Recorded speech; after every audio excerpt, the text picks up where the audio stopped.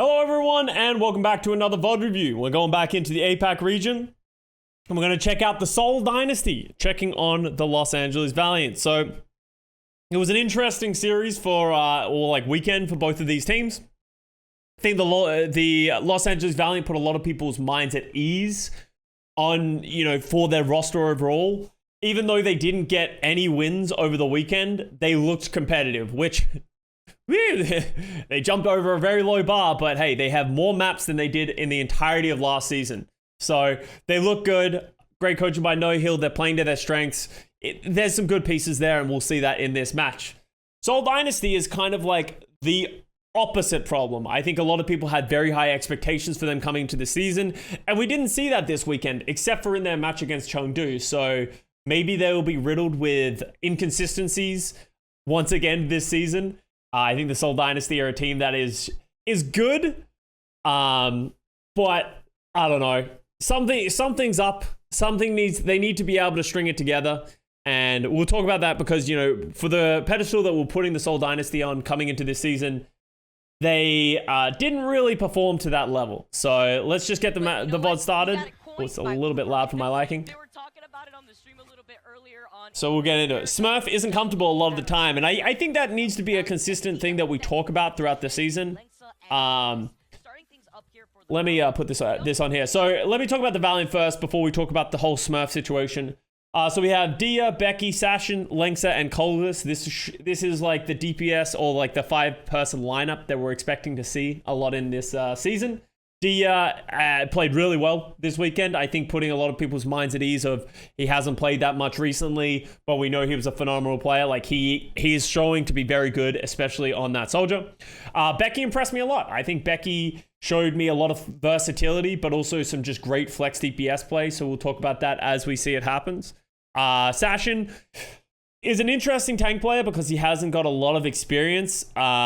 He's like his best hero is Zaya, and they're definitely leaning into that right now. So we don't know what the true flexibility of Valiant is going to be, but at least they look fine for right now. Lengsa and Coldest, they've both been in the league at some point throughout the last few years, but they're finally getting mainstay spots on the Los Angeles Valiant. They looked pretty solid. So not too much to talk about the Valiant here. We'll let their play do the talking. Holy Photoshop headshots. Hey, honestly, I'd rather have Photoshop headshots than some of the ones that we have in the NA. Like in some of the lighting in the NA ones and like the quality of them are just tragic. Oh yeah, if you hear me say Lengsa and you think Linksa, I'm sorry. I say them the same way. So Lynx is not in the league anymore, and you will almost never hear me reference Linksa. So I'm expecting to see some good things today. Seoul Dynasty, I'll be honest with you, Vicky, I don't think they're going to lose this series, but I want to see how... All right, so the Seoul Dynasty, this is the team. I don't know if we actually see any Stalker in this match. I know he played in one of the matches of the weekend. We got Profits on the DPS lineup, two of the best. Smurf obviously making his transition from the San Francisco Shock. Creative staying for the Seoul Dynasty. And then Vindame, who's a really good rookie main support, who is expected to pop off, and I think actually had a pretty good weekend overall. But yeah, it's kind of interesting. He played in map 3 in this match. Okay, he played here in Kings Row. Kings Row is an interesting match for Stalker to play. For me, Stalker plays the role very similar to how Venom plays on the Atlanta Reign, of like, Stalker I'm pretty sure is like the Tracer player. I think Prophet and Fitz should 100% be in unless they want to... Prophet needs to play something else so that Stalker comes in to play the Tracer. Fitz isn't a bad Tracer, but I think Stalker, that sort of seems to be how they're going to try and utilize him as a player. So this is a pretty good banger of a match. I personally have not watched this match. I've seen bits and pieces. I've read about the match and that kind of stuff, but I haven't watched the series in full. So I'm going in blind just like you guys. On this map type, it's very swingy. It does get out of hand, and it is very much... This is the only VOD we'll be watching today, Scrappy. I already have... We watched the Shock Lads yesterday, and it'll be on YouTube tomorrow morning. So Fitz was really hot in season 2 and 3 and had some flash in season 4. I think Fitz was really good in season 4. I think he's definitely been solid. It'll be interesting because if you ask about like what's Fitz's best hero, it's like Hitscan Sombra, and I don't think either of those things are that good right now. So I think Fitz is kind of like in this like weird spot where the meta doesn't really suit him. I think Seoul Dynasty could definitely lean more into the, I don't know what Smurf Xayah like I want to really have a look more at it, but I could absolutely see them being, yeah, like this is a good look for them, right? Have Prophet on the Reaper, Fitz on the Soldier, and Smurf on the Xayah. Like this is a good look for them. Not exactly a high note for Seoul Dynasty yesterday, but now they're onto the Soldier. Very powerful pick in Overwatch 2. So it's I'm very happy. Smurf been trolling, yeah. I mean, that's what people have been saying. People have been saying when he isn't on the Winston, he hasn't looked very good at all. So we'll have to judge for ourselves. You got him lined up behind the bot. We're on board with Fitz. All right, Dia going for the instant flank. Advantage. The flank from behind sprays down Creative, gets the bubbles, and there's the collapse coming in from the LA Valiant. But Fitz has been able to turn it around, finding Coldest and Becky. Jesus, how did Fitz get 3 there? Charging in the front line, does not care for Dia's flanks. Why am I thinking I did watch this match? No. I couldn't remember if I watched this match. Maybe I watched bits of this match while I was getting ready for the broadcast. Wait, did you mute the... Oh no, there's just no casters talking? Oh no, I have watched bits of this match because I remember watching this in the morning. Just hold in the line here.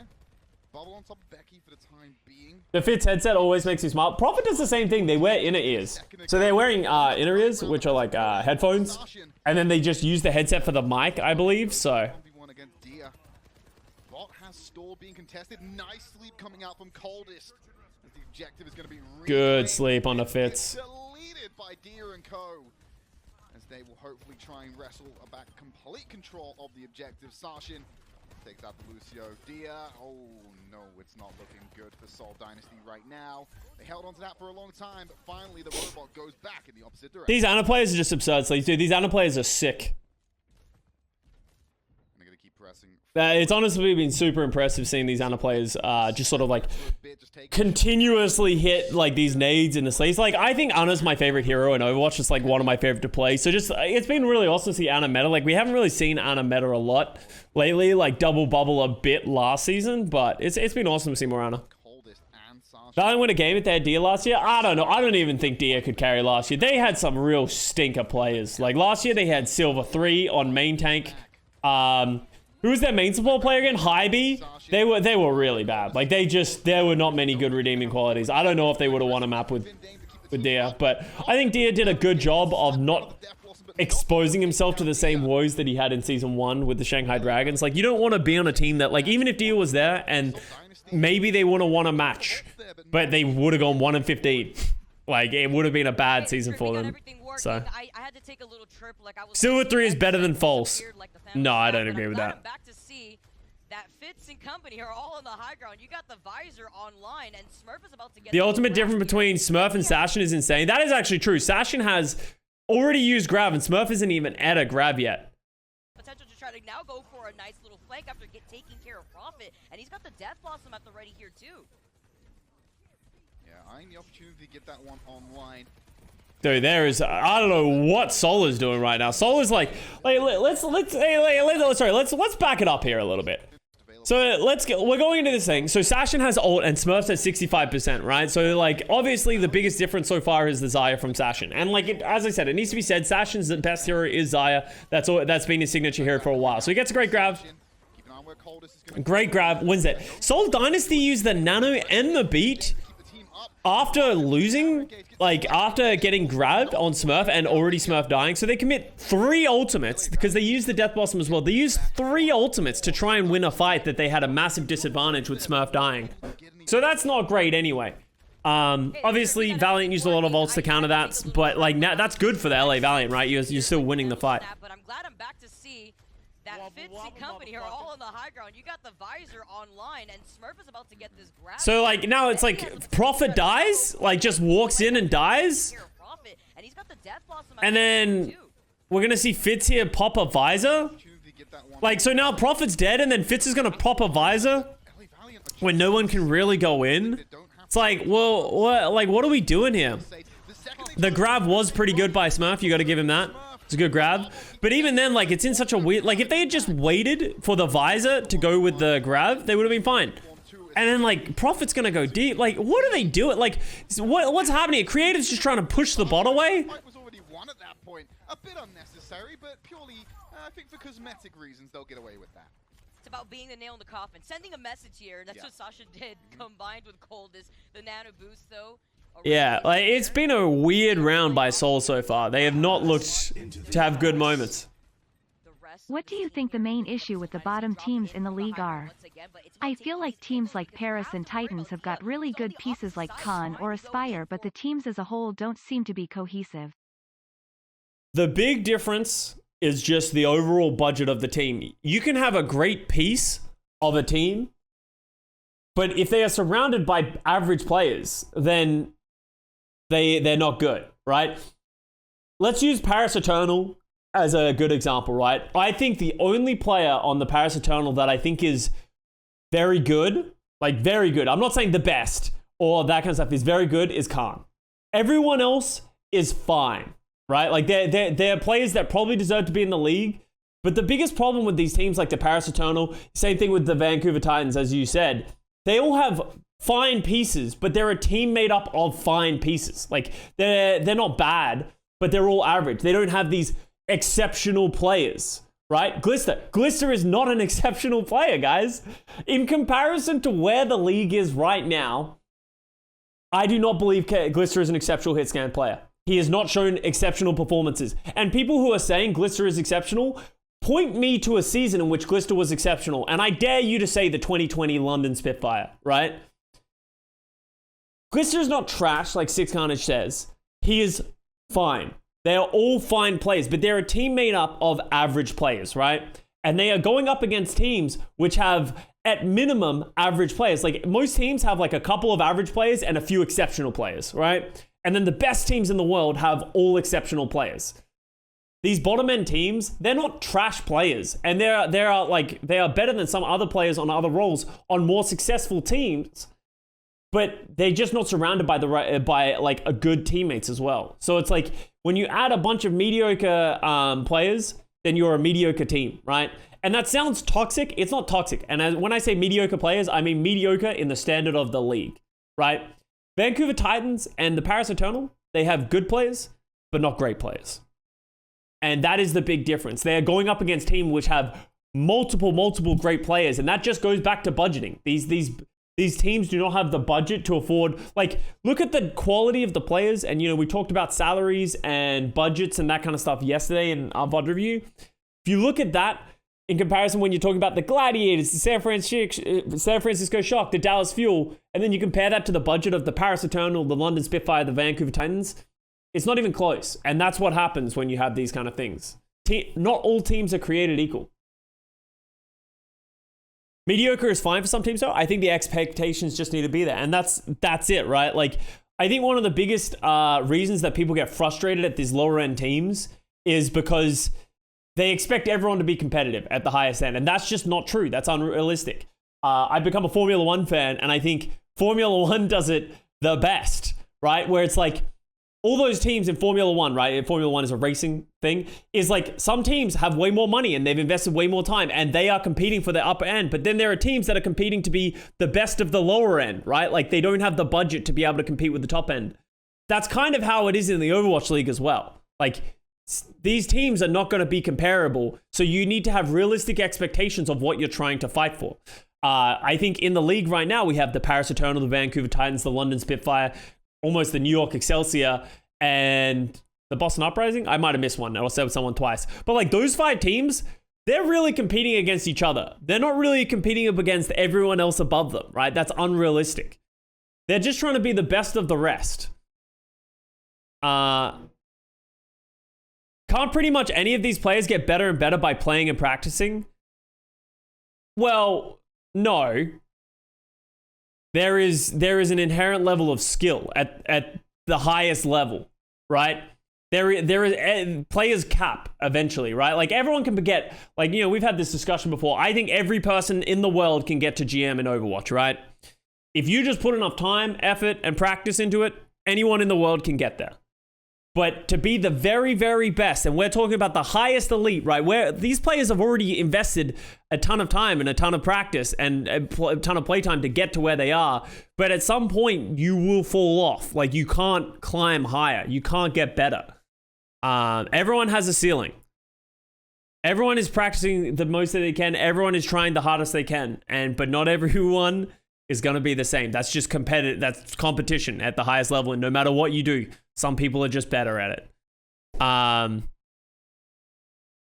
And like all of these players, you know, and as I said, like I need to reiterate, when I say these players are mediocre, I'm talking about they're mediocre in our standards. You know, they're still better than absolutely everyone in this channel, way better than me, way better than like 99.999% of the players who have ever touched Overwatch. But we're comparing them against each other, and I think that is the big difference between these lower end teams and these upper end teams.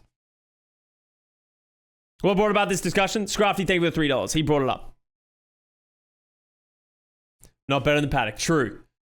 New Dawn, thank you for the 6 months as well. So Philly is the best team in the league right now? Yeah. An LA Valiant sandwich. Yeah, I don't know how I rate the sandwich on that menu, Vicky. I don't think it's very commonly ordered. Alright, so let's go back to Seoul Dynasty dropping the spaghetti. Yeah, somehow Sashin is in the backline for creative. Like, Sashin's just absolutely farming. Sashin almost has another grab and Smurfs at 40%. This weekend, we'll be pressing forward to the objective. I mean, Dynasty, they've done a really good job here to hold it. I really don't think you should be able to contest from the high ground. I think this is a map design flaw. I don't think you should be able to contest from this high ground as the... I feel he's the best team. It's too soon to say that. Yeah, well, it's like best team in the APAC, but they look like it this weekend. As I said, like, I'm not saying I bet all my money that Philly's going to win the league, but for right now, they look like to be the best team. They beat Shanghai Dragons, who you have to say is pretty comfortably second. Oh, in the league? Oh, okay. No, but probably maybe not in the league. To back away, but now that means that the visor's been used up. And I might have misread that. Much value. I mean, any value at all. Grapply, thank you for the 13 months. I'm going to give it 14 days until Fusion fans are in channels. Oh, it's coming. It's coming hard and fast. Philly fans are going to have a massive amount of whiplash at some point, but hey, we got to give them this moment in the sun.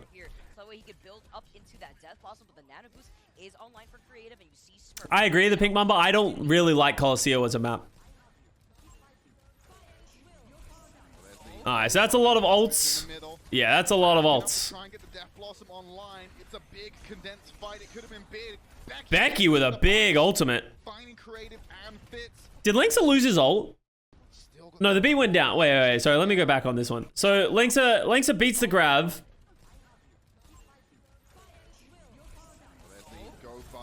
So they nanoed Reaper in it, so he just murders Sashin. Dia they commit the Visor and the Death Blossom. That was actually a crazy commitment by the LA Valiant to try and turn that fight. Yeah, I don't know if that was a good decision either.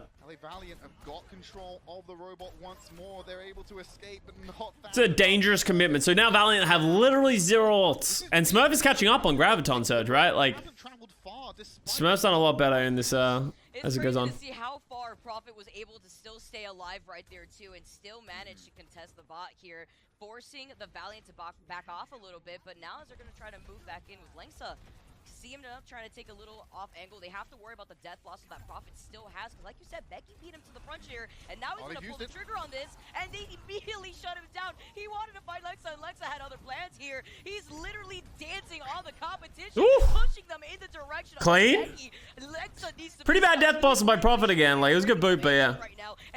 Can you increase the YouTube volume? I don't want it to be too loud, because otherwise it feels like I'm getting drowned out, but yeah, I like to have it loud enough that you guys can hear it, right?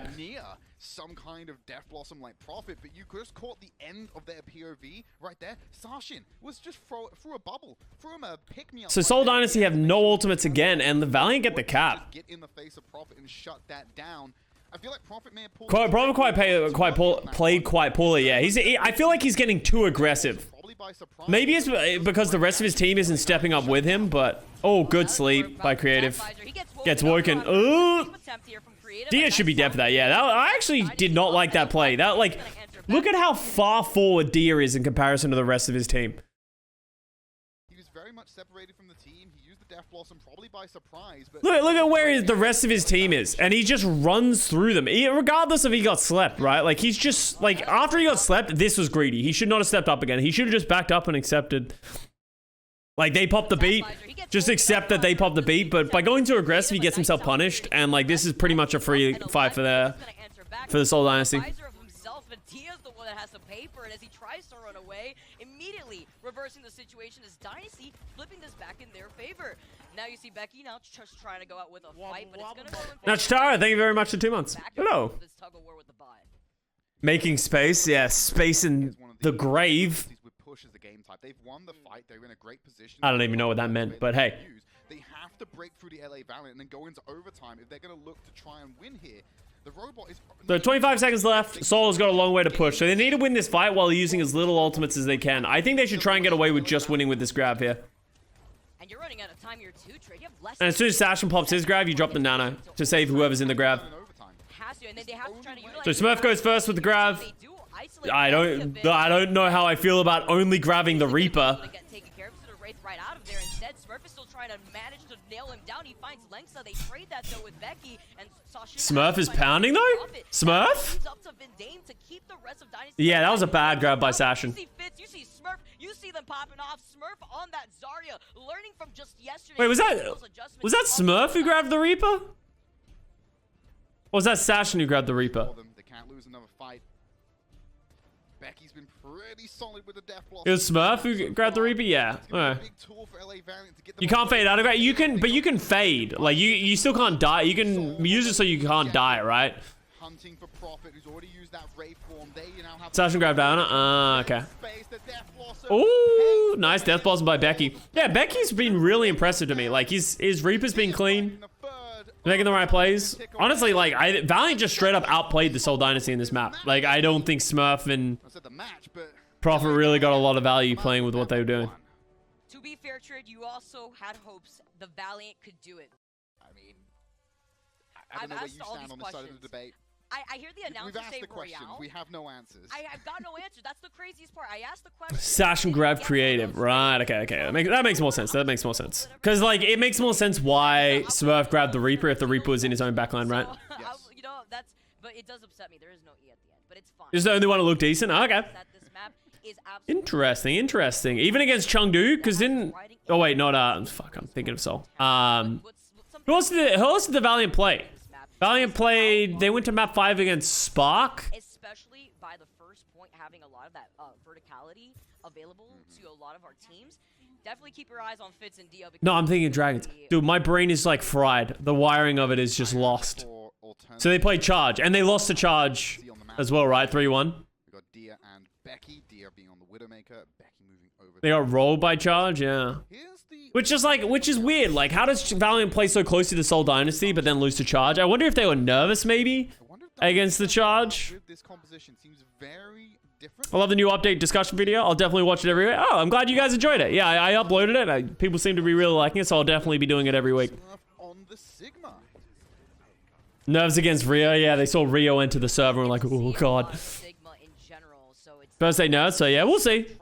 So we get the double sniper mercy play from Seoul, and it seems like the APAC region really likes this like mercy strategy, like with Echo mercy, Ash mercy, and stuff like that. Like I kind of understand it on this point. Like I understand why it's good, because I feel like you can just poke them out. You just got to be careful not to get too aggressive.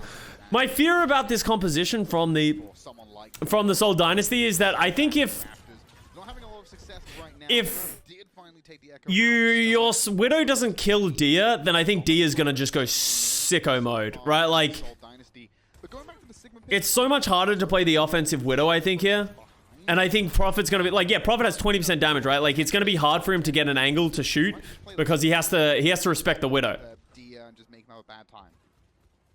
Especially on this map there too, because they know that they want to prioritize that verticality that you see now. Fitz just trying to contest Dia over by the other side. I know Smurf does. I feel like Seoul needs an off-tank player. That seems to be the narrative that is sort of going around right now of like, Smurf off-tank just doesn't look great. And like, I don't mind if they want to invest resources into making Smurf a better off-tank, right? Like give him the trust the process. But it could definitely cost them matches. And it will cost them matches. Oh, Becky goes down on the Echo. Having that Discord orb, something else we gotta highlight here with Creative being on the Zen. Smurf stats look good, yeah. Like, it's not like the worst thing in the world. As I said, like, remember, when we're talking about the Seoul Dynasty, we're expecting them to be great, right? We're not expecting them to struggle with teams like the LA Valiant. I think that's why there's a lot of concerns going around Seoul Dynasty. But, like, you also need to remember, like, people like Smurf stats look good. Smurf also played against the Los Angeles Valiant and the Chengdu Hunters, in which they dominated the Chengdu Hunters. And then the other match, they also... Did Seoul play 3 matches? Who was the other team that Seoul played? I love the idea that Fitz is like, I can't see him, it's clear, don't worry about it. And then Prophet goes... Oh, and they lost to the Hangzhou Spark as well. So, like, they haven't even played Philly or Shanghai yet. So it's like, you need to keep that in mind when you're, like, talking about these teams. Of like, Seoul have not played the hardest opponents. They've played all the worst teams in APAC, well, theoretically, all the worst teams in APAC, other than Charge. Who would they even sign? Janu? Like, no, I think that there is definitely some options, I think, in the Eastern contenders. Fitz kind of be pounding right now. Gargoyle, yeah, Gargoyle is an okay shot if you want to have someone which you know what you're going to expect. But they could also go for a rookie. You know, I'm sure there are good rookies out there. I can't speak to any off the top of my head right now, but yeah. Becky. What is that copy from Becky? Dude, Fitz is just doing so much. D is getting hard outplayed by Fitz right now. Fitz is just moving around and they do not have a punish. Why did they drop to you? He was great. To you wasn't great. To you was fine. Right? Like, and even if they signed to you, like, as I said, I think they just want to invest time and resources into Smurf. And, you know, I feel like this is like, it could be great, or it could be really average. That was a bad flux by Smurf. I understand the idea, but you can't solo grab a Zaya, especially a Zaya. Zaya's just going to bubble it. Oh, that's a feed by Lengsa. Oh my god, how did Lengsa not get punished for that? Where you can run on the water, yeah. When we were watching a game in the first week, you guys remember when Aaron was on the truck? And we talked to Aaron in like one of the breaks. Aaron was like, dude, everyone does this. He's like, ever since we brought this map in, people don't go in the pool. You can walk in the pool. It doesn't slow you down. It doesn't change anything. It's just a little bit lower than the outside. But people avoid the pool. You're just like respectful of it. You just stay away from it because it feels like the floor is lava or that it's gonna hurt you or something like that. Go do that. I feel like that was Lengsha going, I'm doing this, and the rest of the team reacting to save. Pool's closed, yeah. Afraid of the staff coming to tell you that the pool is closed. No running on the deck. Okay, good grab by Sashin. I think Seoul's gonna need to switch their comp. They're like, what angles are they gonna get? Every time I see someone try and play an offensive Widow here, it never works because it's so hard to get sightlines. Like, people can just hide from you so easily and still hold positioning. Like, the only way you get a kill is if someone like peeks that window next to the pool. You see the Valiant with Coldest having the nano boost. That's something to keep your eyes on as Becky wants to get that blade on soon. But Creative has a transcendence here, and overall, the Dynasty are looking really strong to take control over the next corner. Yeah, Emphasite's going to help them with that. It's available, Fitz, pops it, and gets all the intel now. Looking for those picks. They know they're going to be emerging through the window. Gets the tag, but it's not a headshot. Here's onto Sashin, though. Thankfully, Coldest is there to heal them up. Why would they have Smurf switch to Sigma here instead of playing Zaya again? There's been a bunch of teams that have been playing, there's been a bunch of teams that have been playing Sigma here because like because of how narrow the streets of Circuit Royale are, it's actually really good for Sigma. His shield gets a crazy amount of value, fluxes get high value. It's just think of it like King's Row where it's like very narrow, not a whole lot of high grounds. Zaya would probably still be fine, and like you see the Valiant playing Zaya here and it's fine. But I think people like the idea of playing like the Zen Sigma, and we've seen a lot of teams do it. I don't know if it's actually good or and people are just playing it because they want to play like Zen Sigma Widow, but it's had mixed success. It's hard to really tell when you have these like skill disparity between the teams. Yeah, he managed to survive off of that nano boost, but the bomb manages to claim Becky. So Shin meets him back in the spawn here too. Creative may have gone down with the Transcendence, but it's great because look how close this payload is right there. Still have 2 minutes to spare, and the rest of the Valiants are trying to find a way to control here with Prophet, who had already used up that bot. But look at Fitz, he's still going. He fights Becky. Dude, Fitz is just rolling. Fitz is just rolling. Who said Fitz? Like, and this is the thing that I think so many people like forget about Fitz is like people like to like be like, oh, Fitz has not had a great season, that kind of stuff. It's just because we always talk about Prophet. Fitz is always just pounding. Like his Sombra, everyone always talks about Lip. His Sombra is more consistent while also getting very similar amounts of impact, maybe a little bit less, but more consistent. And then like his hit scan is one of the best in the world, but people just don't really talk about it. I love how you talk about the Transcendence at the very end. That was just basically the, yeah, we got this. What are you going to do? You're already gone. Do you think the teams that stick with one tank will do slightly worse at the start, but it'll pay off in the later season where we have one tank with good synergy is very flexible? I genuinely believe that. Like, here's my thing. I think for this season, having a main tank and an off tank is a good decision. Like, I think it is just covering your bases. It is just making sure you don't get, like, hard left out to dry like certain teams.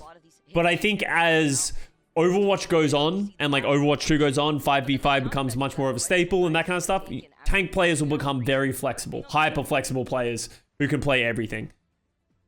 See, they're going to just roll out on this one again. Got a quick replay coming out here. This is a beautiful angle from Fitz. Bang, Becky. One more. Why not? Oh, that would have been a crazy shot on the Lucio if he hit that. Oh, that was a nice shot. They've even gave an endorsement to Fitz when he received his award for being the only player who go toe-to-toe with him. Yeah, like legitimately. Like he's, you know, like Fitz is sick, right? Like, and I think a lot of people discredit him and just like disrespect him just because we don't give him as much love. And also Fitz is not really a flashy player, right? Like he just gets the job done. And I think the only time people really start to take notice of him is when he plays hit scan and he starts clicking heads. But when he's playing like the Trace, when he's playing the Sombra, when he's playing these other supportive heroes, I think a lot of people just let he go by the wayside. Farah Mercy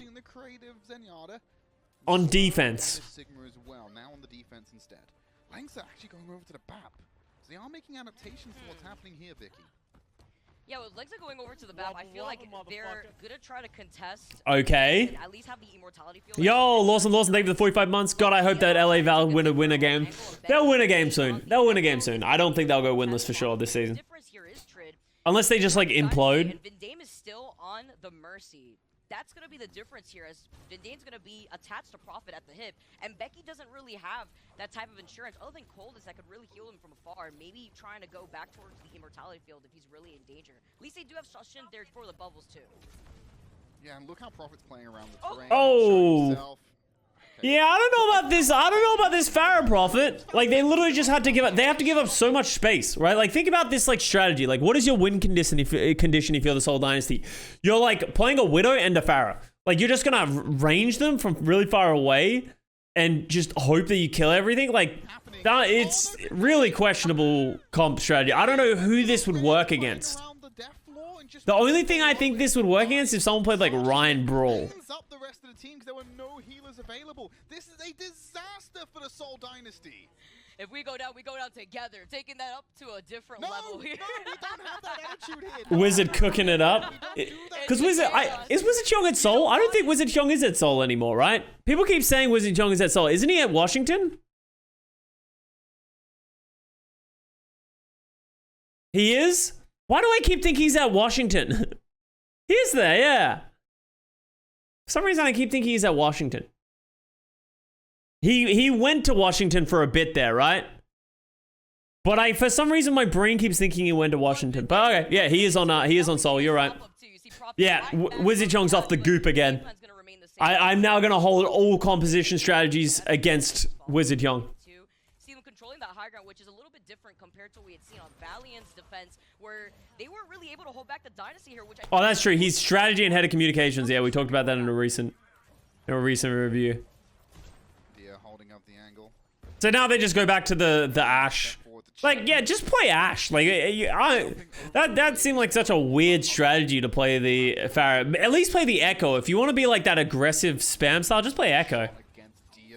Becky goes to Genji. Interesting. Do I like the Genji? I feel like no one can go in with the Genji, so you're just sort of playing this like mid-range. I don't think I like the Genji. This corner safely. Becky now trying to dive in with the dash here. He leaves Prophet so low, he doesn't get saved in time. Dia actually with the finishing blow, but you still got Vindade, and you got the Gravitic. Good flux by Smurf to save this. Finding Sashin here, that means you don't really have those bubbles for that save. Why are you high on charge? I believe that Unique and Develop would be good rookies, and so far they have not proven me right. I think Unique and Proper have been not Proper. Develop, Unique and Develop have been underperforming. Sorry. And I thought they were going to play Krong, but they've been playing Rio Winston, and it just hasn't been great. So pretty much everything that I was worried about would go wrong from the charge went wrong with the charge. And Develop, not really a rookie. Well, he didn't play any maps for the Shanghai Dragon, so I consider him a rookie.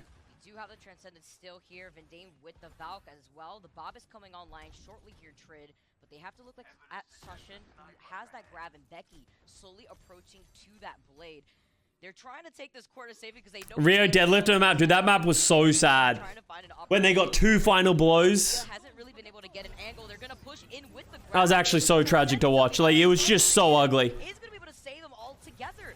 Sashin now sees the opportunity, and Coldest wants to match out to keep. Oh, Sashin, you are a psycho. That was committal. I mean, this is one of the benefits of bringing Nice deflect by Becky. Right? You just pop the Transcendence when the Graviton's out. It's the Uno stop card. You don't get your turn. Vindame. Pulling out a damage dealer of his own as he goes for the slash. Finds Vindame back to the payload to turn his attention to the Bob, but he'll have to play around the terrain. Dude, Sashin's a psycho. He just right-click jumped with like 50 health. 3 minutes 30 on the time bank. Isn't Molly still in charge? Yeah, but Farway, I don't have a problem with Molly not playing. I think Farway and Choice One have both been very good for the Guangzhou charge so far. We'll talk about them when we watch. We're gonna watch Philly versus Guangzhou, and we'll sort of talk about the problems and the things that I liked about them. But so far, oh wow, Becky down. I think Farway and Choice One have been the best parts of the Guangzhou charge. Becky with the no head. Oh my God, Fitz! Stop it! Fitz heard you guys talking shit. And he's like, hell no. Covered here the moment that the Valiant want to continuously approach. They're about to get that rally on board tier 2. Good thing that Zarya now has 2 bubbles that can be used on themselves. So I feel like if they didn't have that option available, that was going to be another head being dropped.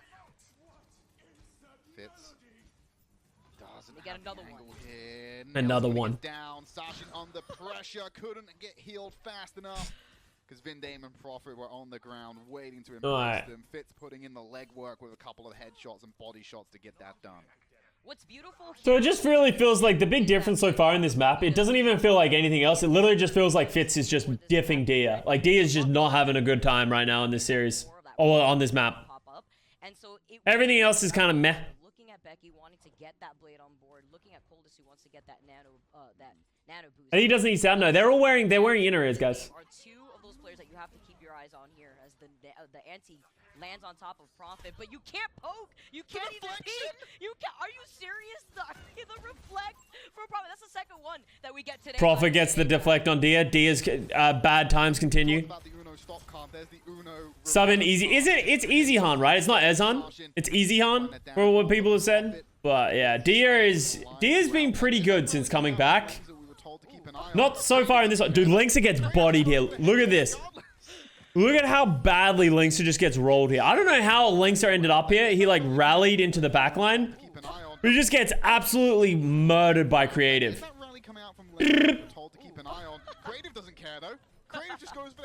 Linksa has yeah, it's like, wait, someone explain to me why Linksa is there. Like, that makes no sense. Is this with new Zen? No, this is still an old Zen. You're gonna see the rest of the Valiant now wrap around that next corner, but honestly, as a Dynasty fan, I'm fine with them being middle of the pack as long as they're good enough to make tournaments and go on runs like in 2020. They should not make additions like Smurf and Vindame and then have a problem. Like, this team has the caliber and the level of players to compete at the highest level. Like, I don't think this team is ever going to be better, especially from what we've seen in them so far. I don't think they're going to be better than the Dragons or Philadelphia Fusion, but they should be pretty firmly third.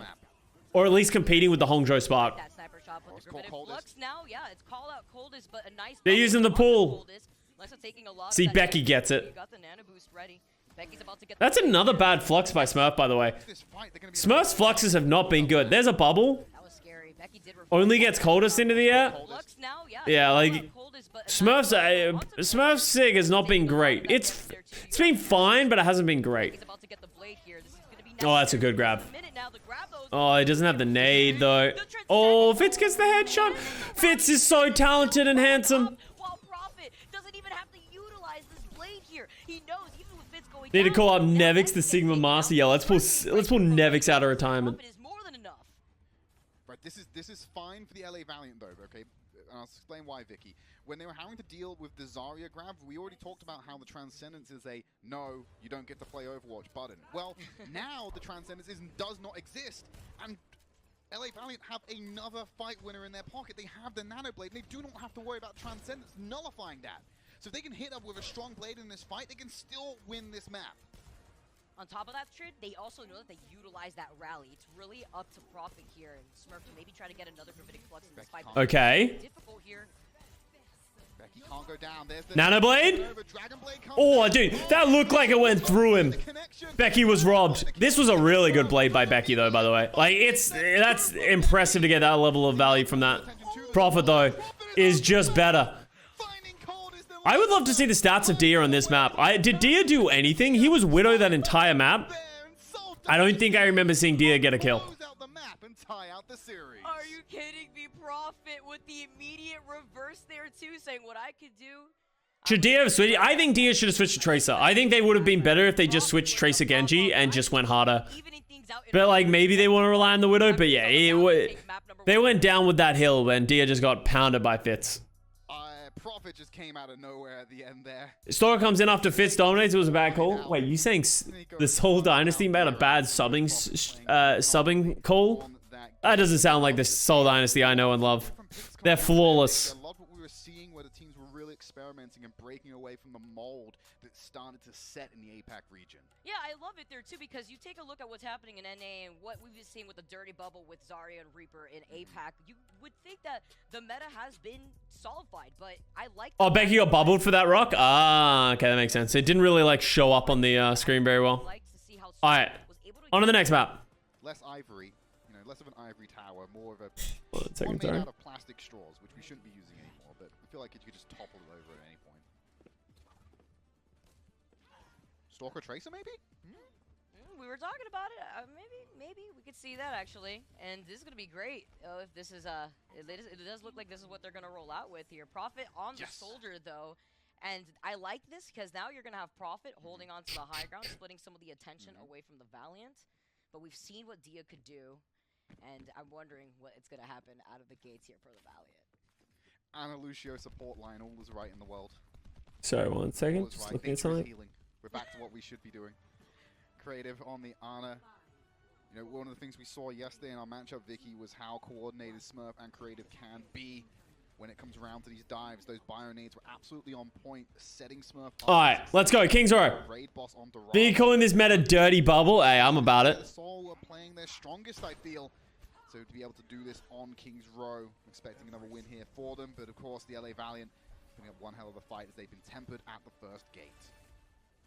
Smurf's mechanics look really good on the off tank, but it feels like his game sense is off. His time is always big cap. And honestly, like, that's a better problem to have. Like, I think, you know, that's a better problem to have than, like, let's use False Winston. I don't want False to be the punching bag, but that's better than False Winston, right? Like, we saw in that match, like, False Winston just doesn't have the mechanics. And, like, he's just not the... But, like, you can work on, like, positioning and understanding of a hero, but mechanics are the things that can be quite difficult to learn. That just takes a lot of time and practice. So we get to see Smurf here, come in here and play the Winston, you know, Stalker on the Tracer. Like, from what it looks like, when you have Smurf in on the Winston, he's able to play that. It's better. It's a better look for them. Silver 3 greater than False. I don't believe that. But unfortunately, they've already lost their... What's so bad about False's mechanics? Just go watch him play Winston. Like, he's a good Zarya and he's good at the heroes that he knows how to play, but just go watch his Winston and it's kind of like speaks for itself. He literally primal raged into the well on Ilio as well in his most recent match. Like, progress. And Oh my god, Smurf. have a dink there with the Helix rockets. The Soul start cowering while they're waiting for their reinforcements. Smurf immediately restabilized though. Another big anti coming in from Coldest, but Coldest about to get this nano boost as well as Creative. As In 2020 players, we actually saw Smurf's Zaya. Yeah, like we've seen it before. Like, so I'm less worried about like the Zaya than I am about like the Sigma that we just saw and like you know, Diva if Diva ever becomes meta and stuff like that. I wonder if they're gonna have As I said, I'm not too worried about Smurf. Like, I think it's definitely a weakness of the team that he has to be spread quite thin, but you know, I kind of want to see more before I like start, you know, pulling out my pitchfork and be like, you need another off tank. Like, we've only seen a couple of games. You need to give them a bit of a break. If they don't actually convert this now, this will be incredibly sad. But when Stalker gets gunned down like that, Smurfs cut off Alright. reinforcements. Dying get the first point. For them to finally lock it in. 4 minutes 30 on the timer, and then moving into the escort section. crazy is that Prophet and Smurf still stayed on that point for a while when Creative and Vindane have gone down rather early in that team fight. But this now allows Valiant to move all the way up, hold this next corner here, put in some pressure to prevent the Dynasty from actually contesting that payload in that next choice. Do you think one issue could be that Smurf went from played like 50-50 with Super to now being played full time? No, I just think it's an issue of he hasn't had time playing off tanks. Like he hasn't played off tanks in the Overwatch League really that much in the past. And now all of a sudden asking him to play, you know, Zaya, Sigma at an Overwatch League level at the drop of a hat kind of feels like it can be hard, right? And I don't think he's not doing awfully. We're just nitpicking. So we actually did see Stalker play this Echo here for a bit, and I actually thought it looked quite good.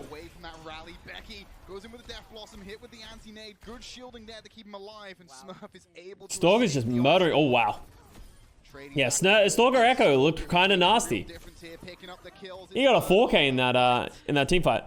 That's going to be them stopping the push from the LA Valiant. He picked up 4 right there too, while Becky had a plan over by the other side. Maybe try to go for a flank opportunity with that Death Blossom, but Stalker and Damn, almost good as my Echo did, almost. Completely melting down the Valiant there. Fortunately, with those efforts, they had used up that Death Blossom, so you see Becky immediately changing over to the Echo. Yeah, see how they do when they match what Stalker is trying. Okay. So they got Nanovisor. So this should be a pretty good win for Los Angeles Valiant. It's going to be interesting to see what they do against the beat. I don't think they need to really do anything. They have Grav as well. I think you just get Grav and yeet it at the back line. Right in the group there. Nanoboost given over to Stalker. That was a good beat. Nice. Oh, Stalker's going to commit the Grav, the copy. This would be a sick fight if... Damn. Stalker's been actually pounding on this Echo. I remember him doing well, but it's way better than I remember. Like, if Stalker can play that Tracer Echo role and that frees up Prophet to play other things, like, I actually think it's a really good combo. Like, Stalker held that on his own. If he doesn't get that copy off and he just dies there, they probably lose the cap. Sound barrier, a huge anti coming in from Coldest, and that grab on and let Prophet have Tracer? Yeah, but like, there are certain things in which you'd want Prophet to play other things. Like, I just think Stalker gives the freedom to be able to do this kind of stuff of like, hey, we kind of want to keep Prophet on the Soldier because he plays it so much. In the past, it would have been like, well, that means we have to put Fitz on the Tracer or Echo, and that's not really his strengths. So I think Stalker really rounds out their roster nicely in that way. Becky chases him down, and some more pressure has been Dame, can't even help him out. Coldest gets traded out for Prophet here. Because they haven't had that option in the past, right? Like, I feel like Seoul Dynasty have always been a little cornered with their compositions because they only had Prophets. Duplication available for Becky, but not much else. They should have run Fitz Hitscan and Stalker Echo, just run them for Tracer. And Genji, it made no sense to run Prophet on Hitscan. Basie, I understand you're making logic, but here's where your logic falls short. If you bench Prophet, you're an idiot. Prophet should never be benched. Regardless of if like something makes a little bit of sense to have, you know, Fitz play the hit scan, that's just the thing. Don't bench Prophet. I don't care if you think Fitz is that little bit better hit scan soldier, don't bench Prophet. That's how you start throwing games. That's when you start overthinking things. Fitz should also never be benched. No, I think Fitz being benched makes more sense. Like Stalker's playing great in this map so far right now. Like, I think Fitz absolutely makes sense. Like, Fitz's best heroes are Hitscan and Sombra. And if he's not going to play those, bring Stalker in. I think think Seoul Dynasty have a lot of options here to be able to use it. You're looking towards Attack Visor, Pulse Bomb, and Nano Boost in this final. Sam Proper and Killer equals Prophet Stalker. It's a literally great example. Like, Sam is literally just playing... Sam and Stalker play the exact same role. Proper should never be benched in the same way Prophet should never be benched. Killer should play the hit scan, and Sam comes in to play everything else. So fast, Vicky, means that LA Valiant will get one more attempt. 30 seconds left, and it's like you said, Smurf was also Patrick, don't you dare. And waste more time away from the Valiant earlier on. They had a good amount I think they should switch out their flex what every map, yeah. Proper is just a younger Prophet. It is honestly, like, Proper is going to be the younger generation of Prophet. Like, here's my thing.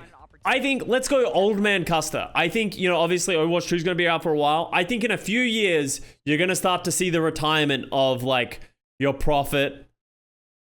All those kind of old guard are going to start falling out. And, you know, we have new players coming through. It's just the way things work. Like, I think over time, you'll start to see these old players that we consider right now to be some of the greatest of all time, like your Fletters and stuff like that. They'll start falling off. They'll start losing passion. They'll start moving on. And you'll start to see this younger generation come in and start replacing these guys. Carpe, yeah, Carpe will be in that list, right? Like, you're already starting to see these guys be kind of outpaced by certain other players. Like Carpe on the Philadelphia Fusion. You know, I'm not saying Carpe's playing bad, but like, you can definitely make arguments to bench Carpe over Zestem and 3, right? Like, Nanovisor, clean play. They got the Nanovisor just before Vindame was able to get that beat. That's pretty much a free low. Super already did, yeah. Pelican hasn't done anything worth noticing this season. Pelican's had his good moments. Like, Pelican hasn't been Rookie of the Year, like, absolutely dominant and that kind of stuff, but Pelican's still been very good. Like that Custa chap did? Hey, man, we all get old eventually. As you get older, it gets harder. You know, like, how do you keep up with these 18-year-old kids that are just, like, the only worry that they have in the world is to play more Overwatch? As you get older, you worry about more things. You start doing more things. You start not being as interested in the competitiveness of it. It happens. Both support ultimates available for the Seoul Dynasty. Got the tools here to be able to burn this final minute. Nano boosted Stalker. Followed up again. Do you think Dia's shown performance that showed up to your expectation? I like Dia on the Soldier. I think Dia on the Soldier is actually, like, I'm a big fan of Dia Soldier. I didn't. His Widow has not been good though. Like, he got hard diffed in this last map by Fitz.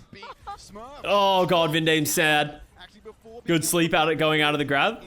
Like, clean play, like, and this is what we talk about when we talk about LA Valiant. Like, LA Valiant play the game properly, and that's, as much as, like, I don't think all of their players have had the best individual performances in comparison to, like, you know, Seoul Dynasty and some of the other teams that they've played, but at least they're playing the game right. I'm not watching them and just, like, putting my head in my hands being like, what are you doing? Right? Like, it doesn't feel like I'm having that moment, so that, at least No Heal's brought that to the team. That's because pro gamers have really good poor diet and lifestyle compared to sports like NBA? No, it's not. It's not as much poor diet and lifestyle. I would say it's just esports in general doesn't. When you're a professional esport player, it consumes your entire life, and it makes it very hard to have a life outside of that. And I think there's a lot more support systems that exist in the NBA world that allow people to live that way. There's also a lot more job security in, like, the NBA and traditional sports because those leagues have been around for years, right? And that all that kind of stuff. Look at Super's retirement. Super's retirement is the exact same as my retirement. Of, you get to a point where you just want to do other things, and you don't want to be committing and stressing your entire life about always wanting to compete, and you lose that passion and you lose that drive to want to be the best. And it just gets harder from there. What an amazing pop-off player that we've seen so far earlier on the Echo. Like, you know, Super's been doing it he did it for about 5 years. Like, I did the same thing. Like, I started, you know, actually, it's actually the 6-year anniversary. Happy anniversary! 6-year anniversary of Overwatch. I played Overwatch competitively for about 5 years because I played in the beta and all that kind of stuff. Like, 5 years, think about it. 5 years is a long time to play one game for a majority of your life and the one thing that you focus on. There's not many people in esports who have done esports for like 10 years, right? Like, the only people I can think of who have done esports for 10 years is like some CSGO players, some League players, and some StarCraft 2 players, right? Like, those are the only people who have had games that are sustainable to live long enough. And even then, there's only a handful of players who have ever done that, right? Dota players, yeah, some Dota players. This is a good chat as well. Quite quickly for them. So we got Smurf Doom now. They're going to play the Doom Soldier Echo. The Smurf is still staying out on this Doom phase. I'm surprised they're not playing the Zaya Reaper or anything like that. I don't know what they think Smurf Doom is going to do. Let's see. Because I actually criticized Smurf, or said I'm worried about Smurf having to play Doom. Like, I would be shocked if Smurf can play Doom at the same level as we've seen, like, Dante play it. Or, like, some of these other players. The only real thing Smurf did there was block. Melee is 21 years old now. Well, I think a big thing about think about it actually about all those games is, like, those games don't change a lot. Yeah, those games stay very similar for a very long period of time. And I think that allows you to stay consistent and be able to stay in the scene because the game's not consistently evolving. While Overwatch is a game that has evolved so much in the last 6 years, right? That seems to be the name of the game right now. And so that means you're having to continuously change and improve. The skills that you learned in the past are no longer as relevant as they were now, right? Dude, Becky. Man, Becky, I'm impressed with Becky. Becky and Stalker are the two people that are, like, they've actually impressed me in their roles. Smurf's at 48% ult charge. They're just not really getting any space. That's why Zoomers are so good. Hey man, I'll tell you what, there's a reason that the Zoomers get so good. It's not just that they can learn things so quickly. It's when you were 16, think about all the stresses you had in life. You had none. You're just living at home. Like, you know, for, you know, some kids, they're just sitting at home, just sitting on their video games. They got to go to school, but they don't, you know, it's school. You don't have to try. And then they just go to school and then they come home and they play video games for like hours. And then and then they hit 18 and then they can devote their entire life there. That's in my opinion, the big that's why esports is a young person's game. I don't think it has anything to do with reaction time, how people take care of themselves that much. I think it literally just, no one wants to be 30 and being a professional gamer because it's just so hard and it controls your entire life. More of the time, the Seoul Dynasty, 2 minutes left, half the time bank broken, and they've not really had a successful push yet. The tragedy of Smurf trying to get up onto the high ground, not only getting anti, but the immediate retaliation from Becky after those comms came in. Becky now has the... Why, you really didn't have overachiever push your parents? No, I did. I absolutely did. I wasn't able to play on weekends. I wasn't able to... There were certain things that, like, I had, like, time restrictions when I was younger. As I said, that wasn't me. You know, like, that wasn't me. I went on the pro grind when I was, what, like 21? Like, when I went pro on Overwatch. And that's when I was, like, I made the active decision to go pro. And I moved from Australia to Canada, right? Because I could commit... I committed my time, right? Instead of having all this free time or, like, you know, only focusing and being young. Like, I went to university. Like, I did 2 years of university and then I dropped out and tried to go pro in video games, right? Like, I'm not like that consistent, but, like, there's a reason that, you know, look at all these kids that are coming through North American contenders right now. They're babies. They're children, right? Like, I'm playing ranked with these, you know, these kids that, you know, 3 years ago, they were 14 and now they're finally coming of age and able to play in the Overwatch League. And they've been playing this game consistently, hard in, hard out, making these, like, crazy improvements year on year on year. And now they're finally making it to the league. Right? Fucking Tree is still 14. Yeah, like it's just they can just do it, and that's what makes it a young person game. But that's not a problem, right? Like, it's fucking awesome that kids are able to grow up and play competitive and be able to go pro and actually build a career in that. You know, I have thoughts that is just, we've gone so heavily on a tangent here. I have so many thoughts about my problems with kids getting into it too young, where they're like 14 and they're committing their entire life to video games. Obviously not a great long-term strategy. And we don't obviously have a lot of resources to support these kids, but yeah, it's important for these to keep in mind that that's one of the big things for me.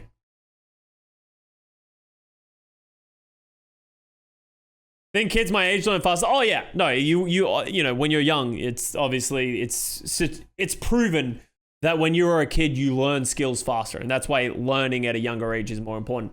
Dude, I don't learn shit. I feel it these days. I'm only 28, and I feel it a lot. It's a lot harder to grasp new things and do new things. You can still do it, right? as you can at any age, and you can always continue to learn and grow. But it's definitely a lot easier when you're younger. Yeah, you look at two. Oh, I mean. All right, let's get back into this mod review. Otherwise, we're never going to finish it. Smurf does not have an ultimate. Smurf just got his ultimate, by the way. You just had Smurf and Stalker up there trying to compact. Like, I don't know why they thought this Doomfist was going to work. By the time you saw, by the time you had Stalker Using esports to get into college? Yeah, absolutely. Zarya with that duplication. Like, there's a lot of great collegiate programs, and I think it's only going to grow as time goes on. There's a lot of great collegiate programs where you can compete, maybe not at the highest level, but you can compete at the collegiate level and then get, you know, a good degree out of that. Like, that's a great way to live your life. Especially against these Zaya. Yeah, like, think about it from this perspective, right? You know that the Valiant are going to play Soldier Zaya and, like, Ana.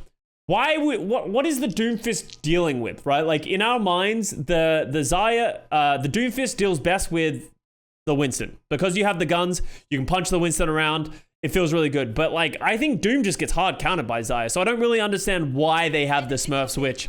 And watching this and breaking this match down gives me less faith in the Seoul Dynasty, because you're like, oh, well, how was this match so close? You know, Seoul's supposed to be so good. It feels like they're literally out-comping themselves. They did the same thing on last map, but they just had Fitz popping off. So it didn't matter that they decided to play Pharah first point on Circuit Royale. Smurf is still yet to use his ultimate, by the way. Can't let Becky have all the fun here as Becky made that swap over to the Sombra. Yeah, Becky Sombra comes out just at the end here. That'll disrupt some of the mobility coming out from Smurf. But of course, 12 seconds left. Final attempt here for the Seoul Dynasty. Meteor Strike and Tac Visor online. Becky's going to delay even further by finding those hacks and just being an absolute menace. Oh, like, what is Smurf? To the point to try and touch, trigger the overtime, use the Meteor Strike to reposition. He got slept. Dude, Smurf just had the worst time in history. Holy crap. Oh, Nanovisor. When all else fails, just Nanovisor and win the game. Oh, never mind. Profits down as well. That was two of your big guns. Kratos got a hack. Should be sprayed down here quite easily by Becky. Oh, Stalker just got sent to the Thunderdome. Dude, that was so bad by Seoul. Man, this is why, when you hear people complain about Seoul, this map is like the definition of everything that is wrong with the Seoul Dynasty. They're fighting an uphill battle. If they just play, even though they lost the first map, they could play the Zaya comp and they would be fine. They could play the Winston comp. Just play Winston Soldier Tracer. If that's your strength, just play Winston Soldier Tracer. What the fuck? It's not that hard. Yo, Lemon Kiwi, thank you very much for the raid. What is up?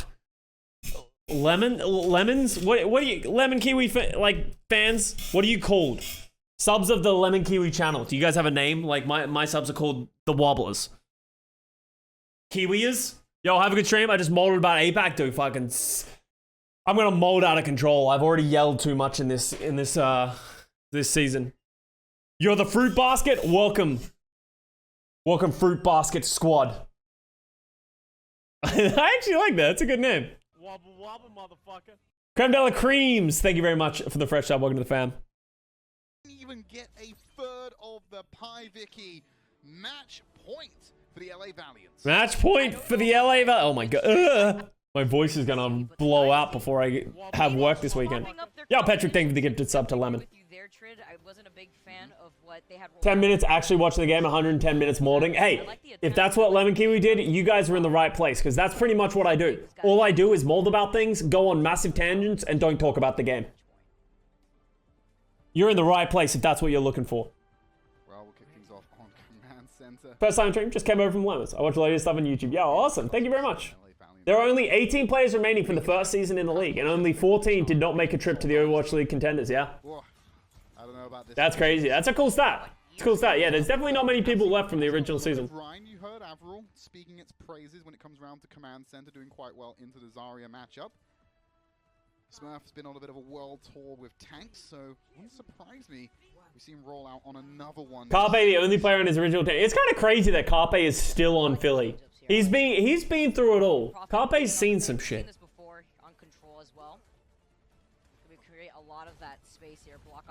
Alright, so Seoul is gonna play Brawl as well. Like, that's a weird choice in my opinion to play Brawl. Like, I guess they have Smurf, so they want to play the Reinhardt, but I feel like this doesn't play great into their strengths. I actually don't really know how the Xayah versus Rein interaction works. I don't know which one I like more. We haven't really seen this head-to-head that much. Obviously, we have London, but it's kind of hard to really know what's good against London. And, like, if that's, like, a true test for how good Brawl is. Like, Seoul is just backing up, right? Like, if you're going to play the Brawl versus the Xayah, like, how can they... They just don't run it anymore. Like, they need to walk into the White Room. If you're going to play Mei Rein, you need to walk at people. You can't just stand there holding your shield back. Like, why are they... Where are they going? They're just going to get surrounded by the Xayah. Xayah can shoot at them from mid-range, gets fully charged up. D is going to walk in with the Reaper. Becky's just going to slice and dice. Like, they just slowly fall over. If you're going to play Brawl / Rush, you got to rush at people. They'll win the first fight, and surely they'll begin the first cap of this round. The coldest follow-up there onto Dia, too, to push right... Problem with London is they play on every map. Yeah, it's like... But I don't have a problem with that. Just play to your strengths, right? Like, London's already exceeded expectations, and as much as you can say they're a Ryan one-trick team, fuck, it doesn't matter. It could be worse. You could be Vancouver, right? You could be MYXL, right? Like, they're at least getting wins. You must rush in order to play the rush style. I know, Aaron. It's a crazy concept that I'm putting forth. But it is apparently the way. Alright, so Seoul actually switches to the Xayah Reaper themselves. They're going to take the mirror. You're obviously going to start at a massive disadvantage. Oh, I don't like that nano. I think he could have got away without that nano. That was like a fear nano by Coldest. If anything, that nano was a bait. Sarshan doesn't try and walk forward if he doesn't get nanoed, and then he doesn't get slept, and therefore he is able to protect everyone else. So, a bit of a troll-in by Coldest. Can you explain the rush thing again? What do you mean the rush thing again? The idea of rushing into the opponent when they're playing Rush. Here's what you do. When you play this composition called Rush, you rush at them in a rushing style so you can rush over your opponents. Learning with Custa. Okay, you guys taking the notes? Alright, great. Good. Trying to get into that position, but they have to look at the blade that Becky has. Coldest already used that nano boost onto Sashin earlier that they countered with the sleep dart. But at least what's up, dude? Oh, good beat by Vindam. Let Dragon Blade out, hunting for a kill. Clean play by Seoul. Oh, they're gonna grab that as well? Finally see the Seoul Dynasty. It's not bad. It's not the worst thing. I thought they probably didn't need it, but it's hard to really know. As they bat away the LA Valiant, but now they Who's Dallas's coach? He rushes. His name is Rush.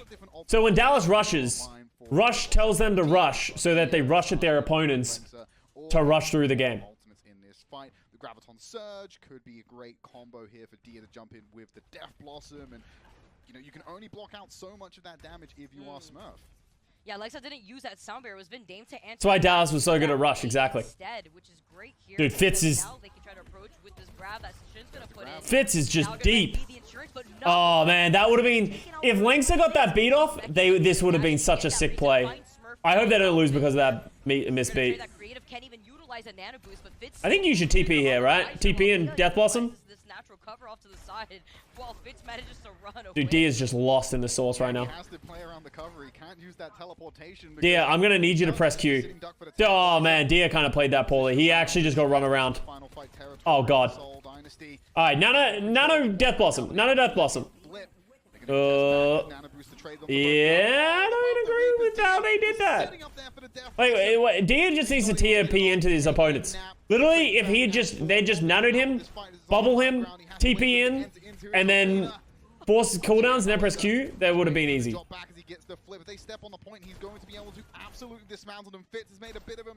Dia looks so deflated. Wouldn't you be too if you went 0-40?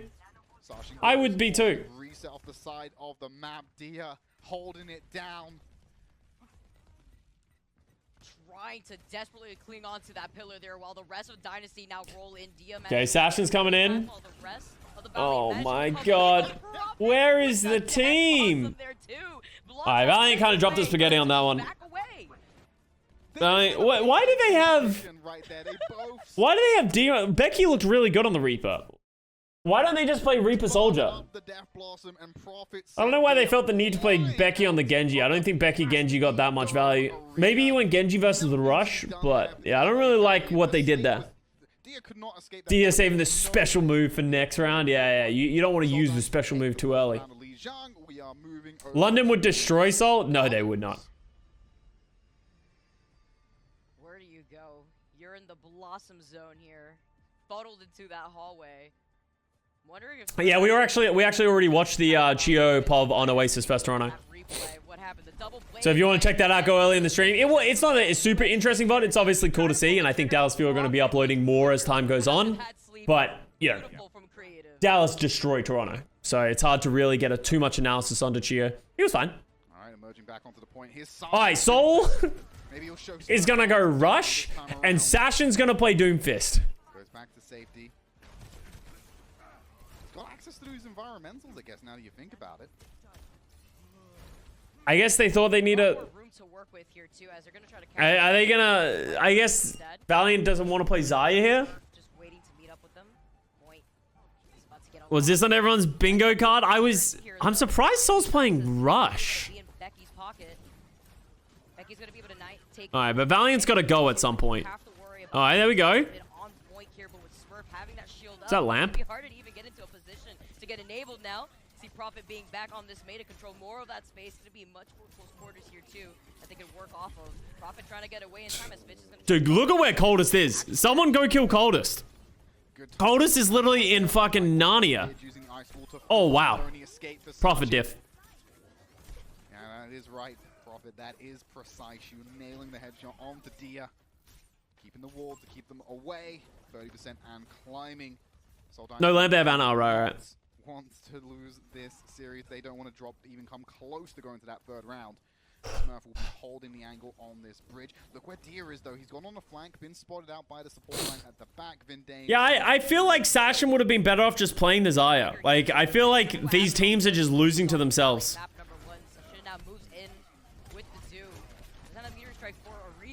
He does have that power block though, managed to get away, get right back to the backline to contest. Vindane gets hit with an anti, but he finds Smurf over by the other side as Vindane puts him in that position. Why is McCree no longer played in Rush? Because they removed Flash? Yeah. Soldier's just a better Cassidy right now. Oh, the Echo copy? Oh, sorry, Echo Nana? Oh. Oh, later, nerd. Oh my god, rolled. Yeah, this is ugly by the Valiant. You guys remember when I'm like, oh, Valiant plays the game right? I like the way that they're playing the game. I take that back. I hate everything about what I'm watching right now. Last fight of this round for you to be able to get close to getting the retake. I think they play this under the assumption that they're going to play against the Winston or Zarya. Like, I just don't think they're ready to play it against the Rhyme. But, like, I don't know. But you get all the contention here. 3 ults online for the Valiant. To be careful as Becky gets hit with a big anti, but Vindane with the sound barrier is going to keep the rest of Prophet, just keep running. Eyes are on Prophet with that blizzard. Becky's on Lucio. And Becky is just trying to ride the walls with this duplicate. This is not the prettiest Lucio play I've ever seen. Oh, no.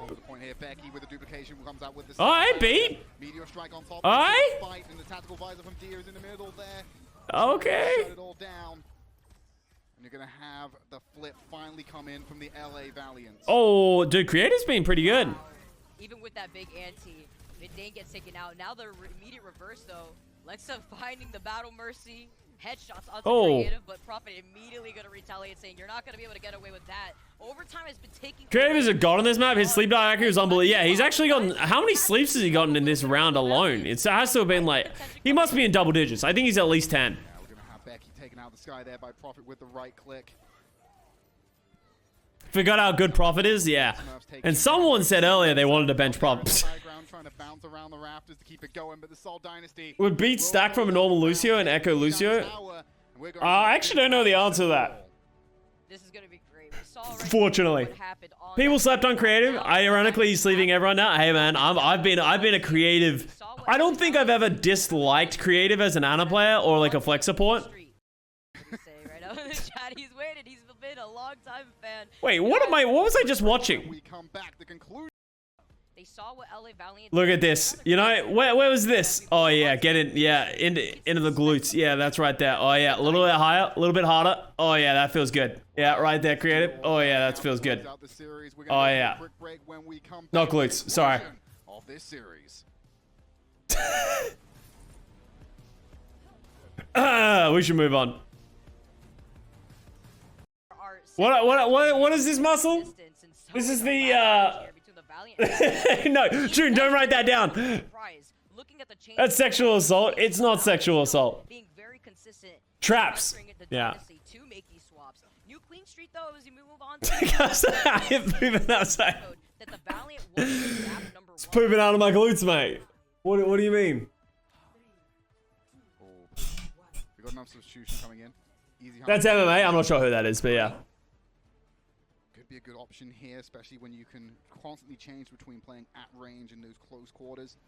Obviously, McCree's been changed. He no longer has the flashbang, has a magnetic grenade. Kind of an aim assist. Gloops. Oh my god. The first combo removes some of that. Hey, who said Cassidy? Wait, what? Dude, no heals off the goop. What are we doing here? They're gonna put, this is the best Zarya Reaper Soldier map in the pool, and they're gonna put Easy Han in on the Cassidy to play Cassidy Soldier like it's 2017.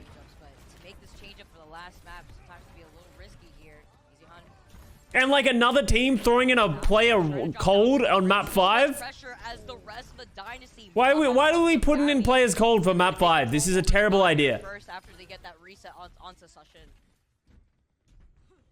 Yeah, not having the impact there. Easy Han. Dude, this is the dream he had. You know how he keeps saying he wakes up from a dream and then works it out? This is a nightmare. He was having a nightmare and he mistook it for a dream that was going to be able to give them success.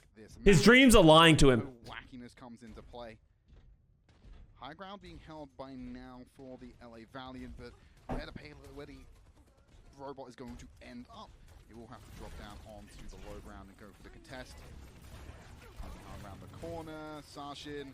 Aren't all of our dreams lying to us? Oh man, that's just too deep. That's just too deep for this VOD review. Cycles of those bubbles, very low HP, cut off from the support.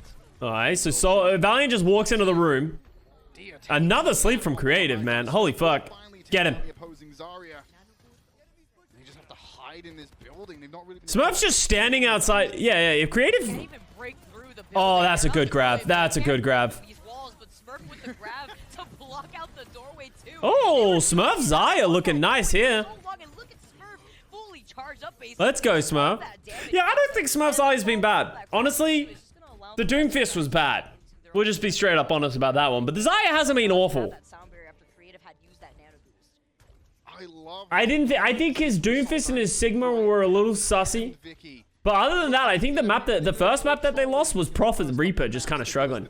But now they're ready to send it home, it appears. Smurf, we had questions about the Zarya based on the performance yesterday. Jinmu here report. What do you think is wrong with Chengdu? Jinmu here report, only have one coach, a couple of bad meta reads. I don't know, still need to see more. Yeah, I haven't really watched much Chengdu, so I can't really speak to that either. But I definitely think Jinmu's hero pool is going to be a problem. What can he play in this meta? Echo. I saw he's playing like Echo Genji. It's like neither of those are great in this current meta. And hope to get some progress on the board for themselves. I think it's so funny here, Trid. Every time you talk about Smurf and how he's been able to make these adjustments, he gets taken down almost. No, Kickoff Clash is not going to be on the Zen kick at all. We won't see the new patch until the next tournament cycle. Should do Philly. We're going to watch Philly versus we're watching Philly versus Charge next. Not today, but it's on the list next. A bit of that off angle, try to look for a flanking opportunity, but instead just gets right back onto the high ground after EasyHan actually called him out. The Soldier 76 marathon is in effect. So now EasyHan is on the Reaper, by the way, in case you've missed that. So they subbed out Becky to just put EasyHan on the Reaper eventually. Fits in the middle of the overpass. Not a great visor. TP for safety. Prophet gets the headshot onto Coldest. Not that impressive when you're firing 1,000,000 bullets with one shot. But hey ho, EasyHan moves into position. But hey ho. I don't know why that's so funny to me. Hey ho, and away we go. Seoul Dynasty. That fits Surf on the left though. Yeah, I saw that on Reddit. I might have just missed it there, but yeah, it's a cool jump because a lot of people have been using the rocket to do that jump. for some of that insurance. Now he's got the Death Blossom, so does Profit. Trying to sneak their way. Did Blizzard ever give out PvP beta keys to non-streamers? Yeah, you could go. There was that like window where you could get the PvP beta. A lot of people in there. Oh, that's not a great. Honestly, Prophet Reaper kind of sussy. I said it. Everything about Prophet is great, but his Reaper, it hasn't really been tickling my fancy. You guys want to see the surf? All right, you want to see the Smurf? All right, where are we at? 123.57. Let's find the surf, just so you guys can appreciate this. It was back here, right? The LA Valiant. Fitz is just moving up the hill. They've given up control of the robot. Now, actually, in between the LA Valiant and their spawn is Easy Han and Dia will find. He's never been known for Reaper. Reaper's generally a hero that everyone knows how to play. I think it's so funny here, Trid. Every time you talk about Smurf and how he's been able to make these adjustments. New Peglin update? Yo, there's a new Peglin update? Yo, let's go, Peglin. Hearing you a little bit here. He's about to get his own grab. But the Dynasty meet up immediately to contest the bot, immediately swapping it over to try to get to that neutral position. Fitz is behind them, right? Already. And now Fitz has the visor here too, so he's trying to take a bit of that off angle, trying to look for a flanking opportunity, but instead just gets right back onto the high Doing charge Philly. No, I'm not doing it today. Look at this slide. Skirt! Skirt! Pretty sick. Separated from the team. Trying to look for a flanking opportunity, but instead just gets right back onto the I expect everyone to attempt this at some point. He makes it look so easy. That was literally like, it would literally be like me skateboarding, you know? If I tried to skateboard, what would happen is I would fall off the skateboard, hit my nuts on the rail, and then like cry. And that would be the exact same thing that would happen if I tried that jumping soldier. Illegal maneuver. This objective is to complete, Vicky. They're right outside the base. Oh, wow. Basically 4 minutes left to do this, and there's no signs of LA Valiant digging their heels in. Oh my god, creative, stop it! Take out Smurf, but it's just one kill that comes from it. The momentum's still in push. We might actually see Seoul Dynasty complete this, Vicky. Yeah, Valiant are getting kind of rolled in this map. I mean, look at the way that they're playing. Creative difficult is so hard. Yeah, Creative's actually had a crazy game. But at the very end, map number 5 Fitz now finding Lengsa too. Yeah, you've been in with the sound barrier, but he's had the sound barrier for so long at this point. They haven't really been able to even. Do you see J3 slide on Numbani first point with Torv? No. I gotta see that. In a second, Dia separate from the team, trying to find the angles away. There's that graviton surge, off the tack visor. Don't know how many bro! How many sleeps? Creative has had two of the greatest maps we've ever seen from an Ana player. Amazing sleep from the side. Creative shuts down a scenario that could have. What the fuck? Dynasty in a right pickle. The Smurf follows it up. Creative is trash. Who said creative is trash? No one's ever said creative is trash. Pushing LA Valiant above the 0.63 meters they have. But Seoul Dynasty still needs. Jonak is better. Well, Jonak has been better in the past. In our defense, Jonak has been better. Reinforcements right by the fight. Oh, no. Do they know? Oh no. Okay, they do know. They do know. They fight. People said creative is mid. Creative has been pretty. Creative's been good. I wouldn't say he's mid, but creative's been good. But he's never been dominant. He's never been that like crazy flex support. Contest Dia because he knows what Dia wants. He knows that Dia has come to the same spot over and over again to try to find a flanking opportunity because this is their best bet. But with Fitz having the creative was in the 2020 playoffs. Did you just say that creative was in the 2020 playoffs? As if creative was that was gesture Roadhog. That was Roadhog Zaya shit. We're not going to count the 2020 playoffs as an accolade. Get this pick, but they can't. You have nowhere to run, and now you have the high ground for free here if you're Fitzrid. It's a target-rich environment, but it's not enough. LA Valiant threw everything at the Seoul Dynasty there. They got a couple of kills, but they Fitz. Oh my god, Fitz is gonna win this fight. How do they lose that? Saving that fight for the Seoul Dynasty. They oh my god. Away from Dia, as you said, Vicky. They abused the fact they knew that was going. They didn't get a meter. Yeah, that's actually crazy. They're actually getting rolled. Are you meta discriminating? I absolutely am. That meta was especially Whack. in that moment, in that interaction, was that you had Vindame use the wall cling just to get up to the high ground to find Dia on the other side while Fitz was chasing after him. He was not expecting to meet him over by the other side, but now here comes the nano boost here. Prophet putting in all of his damage in the back line, trying to put a dent to the Valiant is desperately Yeah, trying to Prophet Reaper kind of sus. It's very doable here, just leaving Smurf creative and Vindame, and now Vindame won't even be around for that sustainability. Dia's going absolutely awesome. Jonah kept MYXL in mid-tier for 2 years by himself. Man's deserved better and should have fucked on a better team. Seconds remaining. They're probably going to be able to get some. Jonah kept MYXL a mid-tier team for 2 years by himself. Man's deserved better and should have... Wait. Those two things are contradictory. Do you think Jonak's good or do you think Jonak's bad?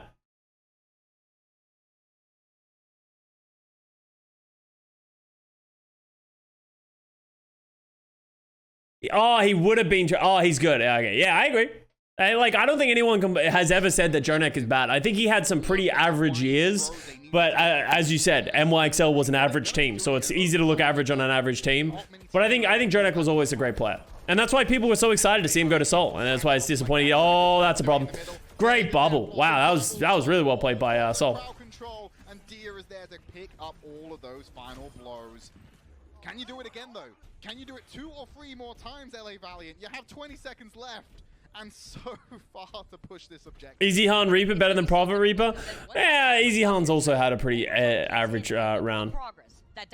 But like Soul just come in and grab and probably win. Oh, I would have solo grabbed Dia. I would have fucking done it. If they tracked that Dia had that visor, I think grabbing Dia would have been the play there. Testing Fitz once more. Like Fitz knew where they were coming from. Tactical visor popped. He's right behind him. That was really smart play by Soul. I don't know if they knew that the soldier was going to flank visor, but they literally just ignored him, just ran around. Able to do it beautifully. Overtime ticks down. Just one final contest coming out here. Coldest, you're an Ana. You're not designed to hold objectives like that. Fitz saw him, yeah. So if it was cold to just go past him, that's a good call. There, but they deny LA Valiant their first win. And the Seoul Dynasty get the win. I think we can all agree. So Prophet got the player of the match with some... Oh, I don't agree with this. Don't agree with this at all. Prophet got player of the match. I think it probably should have gone to Creative.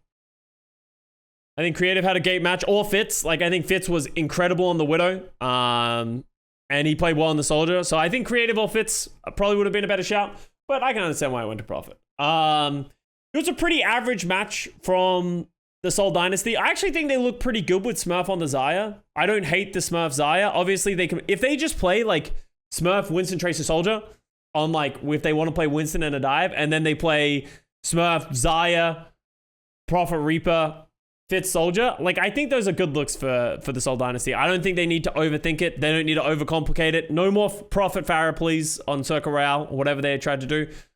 LA Valiant, they look pretty solid as well, but they also had some weird moments. I think they played, like, as you can tell, they have moments of brilliance. It seems like they understand what they want to do with Sashin on that Xayah, and I think they should stick to that. I don't think they should be playing, like, the Doomfist stuff like we saw from them on Li Zhang. Like, this has been a consistent theme of my analysis throughout the entire year. Teams are just overthinking it. It really feels like teams are just overthinking it. When you have such a chaotic meta and there's so many new things, I don't think you need to play to find what is perfect on every single map. I think teams that are relying on finding a style that works for them and sticking with it are having generally a lot more success, you know, like your Dallas Fuels. I think that's the big thing for me. Find what you're good at, play it. Just even if, like, you know, let's look at San Francisco Shock and the Gladiators. They are playing the Winston comp, which we don't think is great everywhere, but they're just so good at it and they've optimized it so well that it doesn't matter. Even though it might cost them at the end, at least they're not dropping weird maps and matches because they're like throwing comps around it all the time. So interesting looks. APAC seems to be way more chaotic than the West, but obviously they just started playing matches. So we'll see more from them coming up soon. That's it for this VOD review. Let me know what you guys think. I hope you found it interesting. Much love, and I'll see you guys next time.